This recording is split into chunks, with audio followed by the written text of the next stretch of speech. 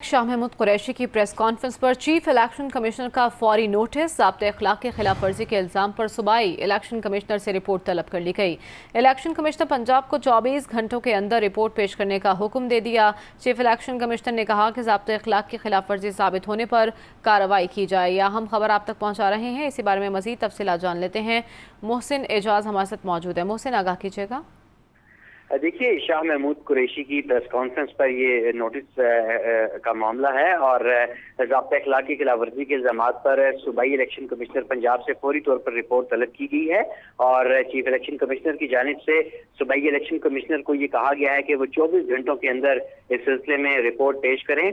मुल्तान समेत दीगर जो 19 हल्कों में ज़ाब्ता अखलाक की खिलाफ वर्जी साबित होने पर कानून के तहत सख्त कार्रवाई की हिदायत भी की गई है चीफ इलेक्शन कमिश्नर की जानिब से। और ये भी कहा गया है चीफ इलेक्शन कमिश्नर की जानिब से कि तमाम जो कार्रवाई की जाए उससे चीफ इलेक्शन कमिश्नर को फौरी तौर पर आगाह भी किया जाए। बहुत शुक्रिया, आपने अपडेट किया मोहसिन।